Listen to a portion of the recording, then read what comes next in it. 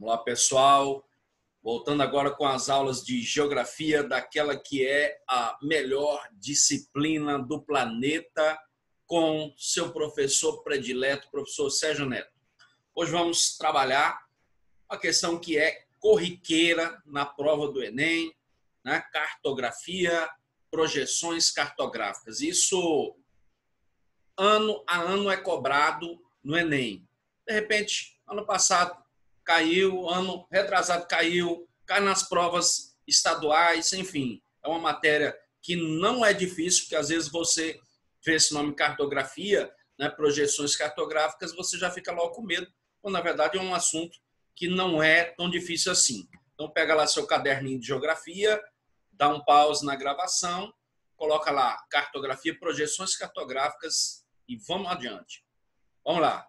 Deixa eu ficar aqui para cima para não atrapalhar você. Cartografia, uma coisa que isso aqui que você está vendo é a chamada teoria da cartografia, né, os fundamentos, que afinal de contas cartografia não é só cálculo, né, mas tem todo um arcabouço teórico que é importante você saber.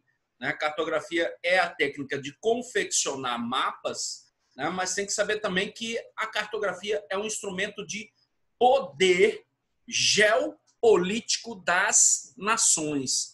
Por que a cartografia é vista também como fonte de poder, como instrumento de poder geopolítico? Que, afinal de contas, como você está vendo aí na tela, ela pode ser utilizada como estratégia de guerra, né? Ou até mesmo poder bélico, científico, tecnológico. Né? Os mapas, os continentes, os países, eles podem ter sua dimensão alterada em função da necessidade de demonstrar um poder internacional. Então, por exemplo, os Estados Unidos, né, detém o maior PIB do planeta, que são 17 trilhões de dólares, com certeza o tamanho, na dimensão territorial norte-americana vai ser bem maior, né, no mapa em que se refere PIB. Então, basicamente, a cartografia ela tem que ser vista como um instrumento de poder geopolítico entre as nações. Olha lá, é a arte de construir mapas a partir de observações diretas ou emprego de dados, mas ela pode representar um instrumento de poder geopolítico entre as nações. Vamos lá, partindo agora para aquilo que é mais concreto dentro da cartografia, que são as projeções cartográficas. Isso aqui já vem caindo bastante na prova do Enem. Quais são os 3 tipos de projeções cartográficas? Responde na lata. Na lata. Cilíndrica, cônica e azimutal. Faz um desenho no seu caderno, não tenha medo de desenhar. Ah, professor, eu não gosto de desenhar. Meu amigo, desenha mesmo sem gostar. Então, coloca aí. Quais são as 3 projeções que isso desmancha em vestibular do Enem? Quais são as 3 projeções cartográficas? Cilíndrica, cônica, azimutal. Observa na imagem 1 a projeção cilíndrica. Né? Parece que você está desenrolando um cilindro, né? Com os meridianos e os paralelos. Daqui a pouco nós vamos falar sobre as características de cada uma delas. A cônica, geralmente, ela representa... voltando um pouquinho. A projeção cilíndrica ela representa geralmente zona de baixa latitude. A cônica, geralmente, ela representa o quê? Uma parte, né, do planeta. Normalmente é o hemisfério norte. As médias latitudes, geralmente, o hemisfério norte, como você está vendo na tela.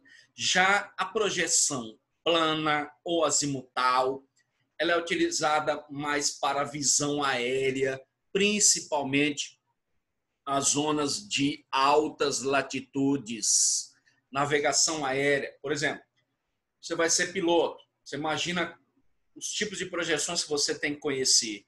Né? Se você navega só em regiões polares, você tem que usar essa projeção azimutal. Por quê? Porque ela vai dar uma distância mais próxima do que é a realidade.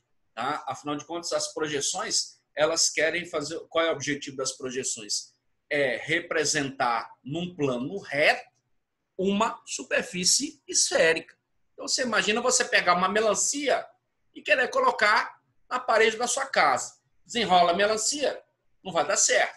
né? Por quê? Porque é uma superfície esférica num plano reto. Então, a Terra, que é um geóide achatado nos polos, né, dificilmente você vai conseguir, né, representar a Terra de forma perfeita num plano reto. Vão ocorrer distorções. Então, quais seriam os objetivos gerais das projeções? Reduzir o mínimo, né, de distorções, representar a superfície esférica da Terra com o mínimo de distorções. Professor, existe a projeção perfeita? Não existe a projeção perfeita. Todas elas apresentam distorções. Cada uma delas reproduz uma parte da Terra com o mínimo de distorção. Se aparecer no vestibular, a projeção cilíndrica representa as baixas latitudes, a região equatorial, sem distorções. Está errado. Por quê? Porque todas elas apresentam distorções. O negócio é que cada uma delas, tanto a cilíndrica, a cônica e a azimutal, representa parte da Terra com o mínimo de distorção. Cada uma delas tem uma utilidade diferente. Vamos lá. Projeção plana, essa que já caiu, inclusive, né, na sua prova do Enem. Olha lá. Mapa numa projeção azimutal construído sobre um plano tangente a um ponto qualquer da esfera terrestre. Esse ponto ocupa sempre o centro do mapa. Bom, mais importante do que tudo isso que está aí é que a projeção azimutal, que já caiu no vestibular do Enem, olha lá, você vê que os meridianos eles convergem para, aliás, os meridianos eles partem de um ponto comum e abrem em divergência, tá? Então, basicamente, o símbolo da ONU é a representação da projeção azimutal ou polar. Não esquece isso. Passando adiante aí, a projeção cilíndrica. Essa projeção cilíndrica é uma das importantíssimas para vestibular. Por quê? Porque ela, voltar só na imagem da projeção cilíndrica aqui, para você não esquecer, tá? Dá uma olhada. Projeção cilíndrica. Olha lá, ela apresenta uma infinidade de projeções do tipo cilíndrica, mas, no geral, observa a imagem. Qual é a importância da projeção cilíndrica? Anota aí, representar as zonas de baixas latitudes com o mínimo de distorções. E aí, você vai ter características da projeção cilíndrica. Ela pode ser conforme, anota aí, projeção cilíndrica representa baixa latitude, zona do Equador, né, usada muito na navegação marítima. Ela pode ser conforme, vai por mim, conforme mantém a forma, conforme mantém a forma, conforme mantém a forma. Eu quero que tu esqueça isso. Equivalente, equivalente mantém o tamanho real, ou seja, mantém a área. Tem uma outra que não aparece aí, anota também, conforme mantém a forma, equivalente mantém a área. Anafilática não é uma coisa nem outra, nem a forma nem a área, tá? Então a cilíndrica é uma das mais importantes, fáceis de cair em vestibular, por quê? Porque a projeção cilíndrica apresenta 3 características: conforme, equivalente e afilática, que ela nem valoriza a forma e nem a área, tá? E a projeção cônica, tá? Que ela, olha lá, as linhas são convergentes nos polos, convergentes. Lembra que nós falamos que a azimutal ela é divergente? A cônica, os meridianos convergem para um ponto, tá? Vamos lá. Então, só para lembrar, projeções cilíndrica, cônica, azimutal. Cilíndrica, cônica, azimutal. Azimutal, altas latitudes. Olha lá. Os meridianos, eles abrem, né, divergem de um ponto central.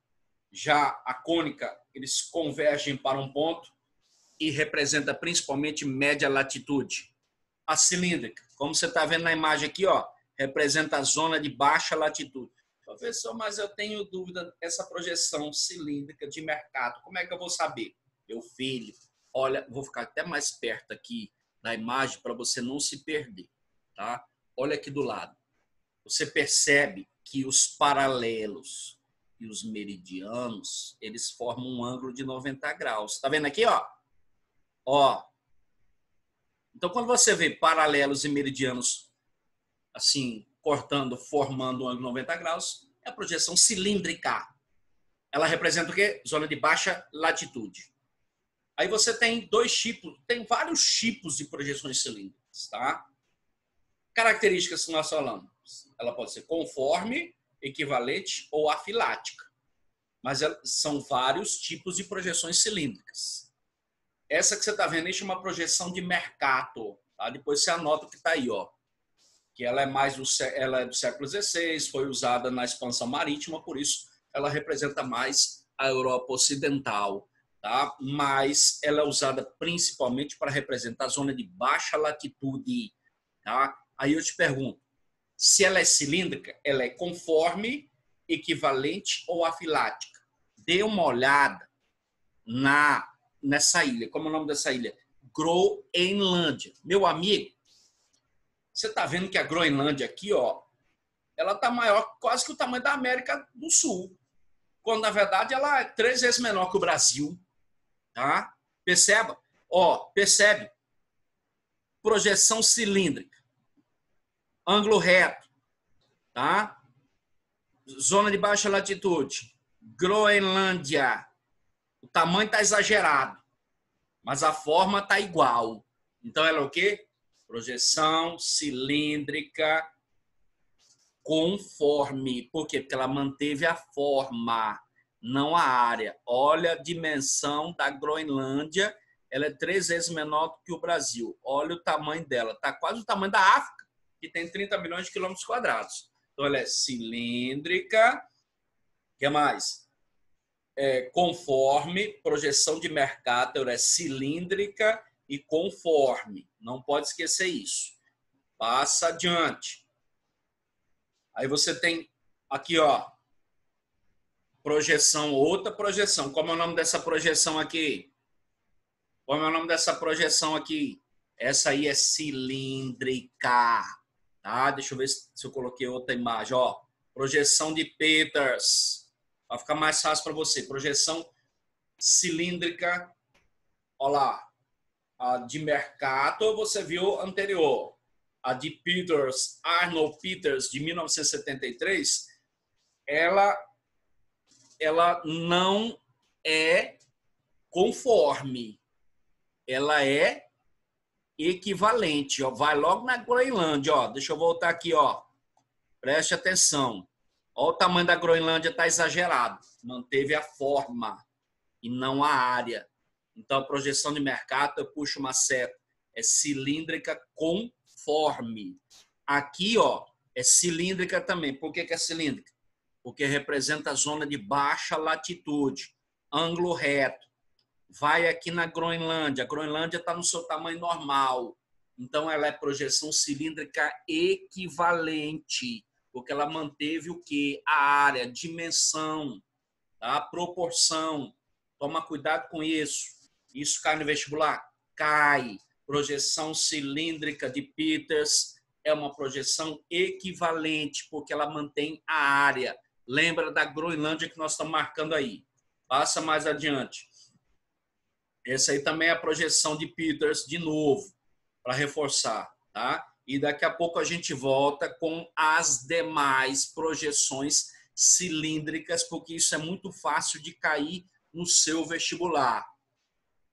Continue assistindo nossas aulas, dê um likezinho lá embaixo, chame seus amigos para assistir e se inscreva no canal. Se você tiver dúvida, você mande um e-mail para nós ou um WhatsApp, que eu vou deixar lá embaixo. Tá? Mas é importante se inscrever, dar um like para que a gente possa continuar dando aulas para você, tanto de geografia como de história, que são as minhas duas formações. Se você tiver dúvida, tiver algum pedido, professor, eu quero uma aula X, manda no meu e-mail que a gente vai gravar para você. Tá? Então, ajude o nosso canal, dê um like e se inscreva no canal para que a gente possa continuar gravando aulas para vocês.